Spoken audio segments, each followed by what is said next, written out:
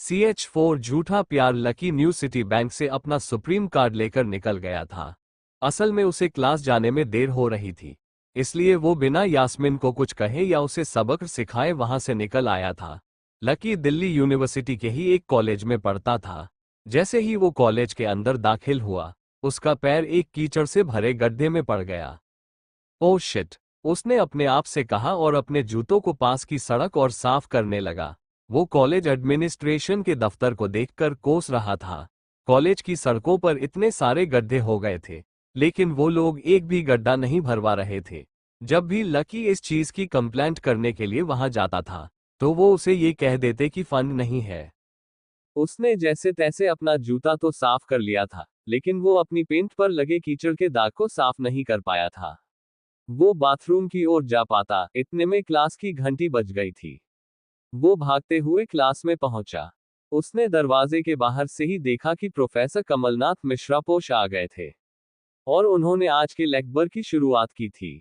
जैसे ही उनकी नजर बाहर खड़े लकी पर पेड़, उनकी आंखें निराशा से भर आई। इधर लकी का सिर भी शर्म से झुक गया था और उसे अंदर ही अंदर बुरा लग रहा था। कॉलेज में जितने भी प्रोफेसर थे, उनमें से कमलनाथ जी को लकी सबसे ज्यादा पसंद करता था। बाकी प्रोफेसर ये बात जानते थे कि लकी पढ़ाई के साथ साथ जॉब भी करता था, इसलिए उसका पढ़ाई में ध्यान नहीं था, इसलिए वो भी लकी के ऊपर ज्यादा ध्यान नहीं देते थे। कुछ लोग तो पूरी क्लास के सामने उसका मजाक भी उड़ाते थे, लेकिन सिर्फ कमलनाथ जी ही ऐसे प्रोफेसर थे जो उसके साथ बराबरी का व्यवहार करते थे। लकी बिना कुछ कहे वैसे ही अपना सिर नीचे झुकाए क्लास में दाखिल हो गया था। जैसे ही उसके पैर क्लास में पड़े, सभी लोग उसी की ओर देखने लगे। अबे, ये फटीचर कब से लेट आने लगा? सूरज पश्चिम से उग सकता है, लेकिन ये कभी लेट नहीं हो सकता। आज क्या हो गया इसे? एक लड़के ने लकी को चिढ़ाते हुए कहा। इसकी पेंट तो देखो यार, कितनी गंदी है। भाई क्लास में लड़कियों भी होती है, कम से कम कपड़े तो ढंग के पहन के आ यार। दूसरे लड़के ने कहा और ये सुनकर उसके पास में बैठी लड़की उसके ऊपर हंस दी और बोली, अक में पहन कर आता, कपड़ों के लिए पैसे तो है नहीं इसके पास, बुक ये कपड़ा है इसके पास, बहुत है इसके सिर्फ। क्लास में बैठे सभी लोगों ने लकी के ऊपर फब्तियां कसनी शुरू कर दी थी। हर कोई उसके बारे में कुछ ना कुछ कहे जा रहा था। ऐसा नहीं था कि लकी ये सब आज ही सुन रहा था, इस तरह की फब्तियों का सामना वो रोज करता था। रोज उसे ऐसी बातें सुनकर बुरा भी लगता था और आज भी उसने अपना सिर तो नीचे झुका ही रखा था, लेकिन आज उसके चेहरे पर एक मुस्कान थी। इन लोगों को पता नहीं था कि ये अनलकी आज कितना लकी होकर आ रहा था।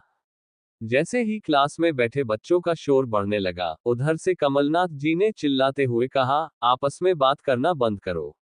अगर तुम लोग इसी तरह बात करते रहोगे तो मैं आगे नहीं पढ़ाऊंगा।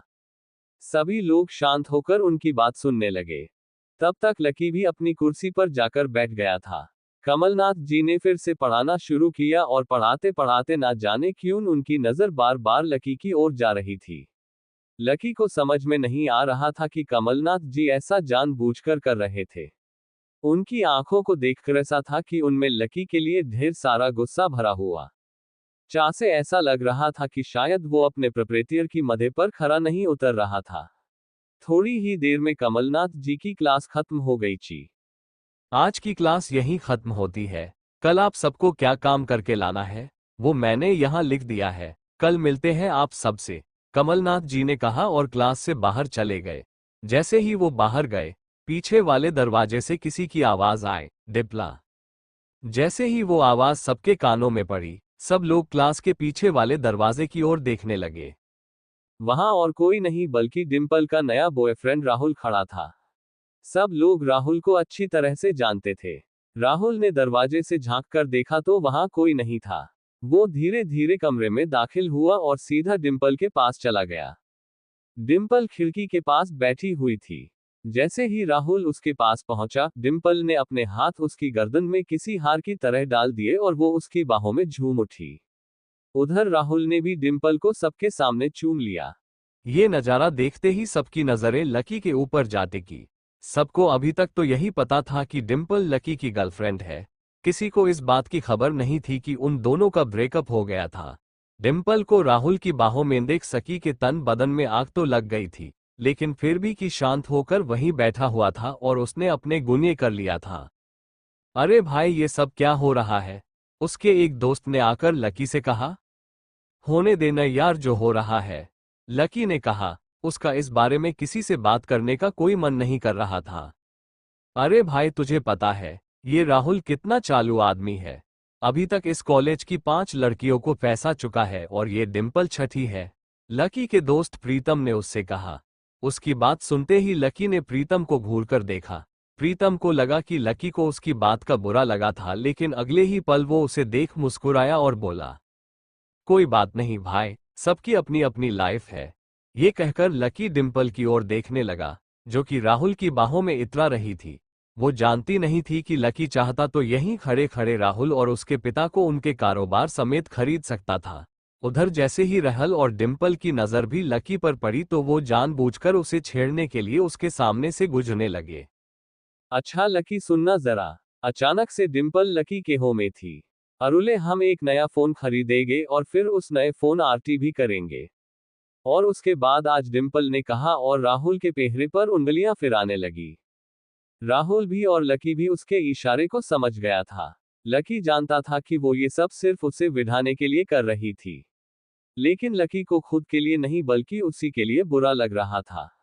वो मन ही मन यही सोच रहा था कि अगर डिम्पल थोड़ा सा, बस थोड़ा सा और इंतजार कर लेती तो आज लकी उसके लिए फोन की पूरी दुकान खरीद कर रख देता। भाई ये सब क्या हो रहा है? तेरे सामने ये सब हो रहा है और तू बस मुस्कुराए जा रहा है। गुस्सा नहीं आ रहा तुझे? प्रीतम ने पूछा। नहीं, जो हो रहा है अच्छा ही हो रहा है।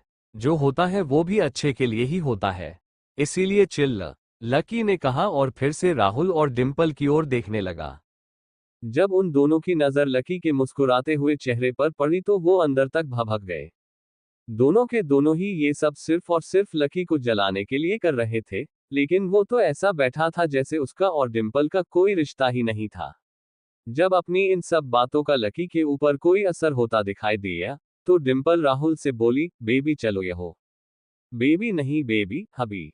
आज से तुम मुझे बोलोगी हबी और मैं तुम्हें बोलूंगा मेरी प्यारी वाइफी। राहुल ने कहा और लकी के सामने ही डिम्पल को चूम लिया। ये देखते ही लकी थोड़ा सा जल भून तो गया था और इसका जवाब भी वो राहुल को देना चाहता था, इसलिए उसने कहा, डिम्पल ये सब क्यों कर रही हो तुम? क्या दिखाना चाहती हो इस सब से? लकी को डिम्पल का ऐसा रूप देखकर उसी के लिए बुरा लग रहा था। राहुल की किसी बात का तो लकी के ऊपर कोई असर हुआ नहीं, लेकिन लकी की इस बात का राहुल को जरूर बुरा लग गया था। उसने गुस्से से अपनी नाक फुलाते हुए कहा, ओए फटीचा, ज्यादा बकवास करने की जरूरत नहीं है। आज के बाद अगर तूने मेरी डिम्पल के बारे में कुछ कहा या उसकी तरफ आंख उठाकर भी देखा ना, तो मैं राजपथ पर तेरी परेड करवा दूंगा। रहने दे भाई, उसकी जरूरत नहीं पड़ेगी। मैं खराब चीज ना तो देखता हूं और ना ही उसके बारे में बात करता हूं, लकी ने कहा और फिर से प्रीतम की ओर देखकर हंसने लगा। जिस तरह से लकी आज राहुल के मुंह पर जवाब फेंक कर मार रहा था, प्रीतम को विश्वास ही नहीं हो रहा था कि ये वही सकी है जो उरा का दोस्त हुआ करता था। उधर राहुल का जवाब सुनकर गुस्से से लबरेज हो गया था।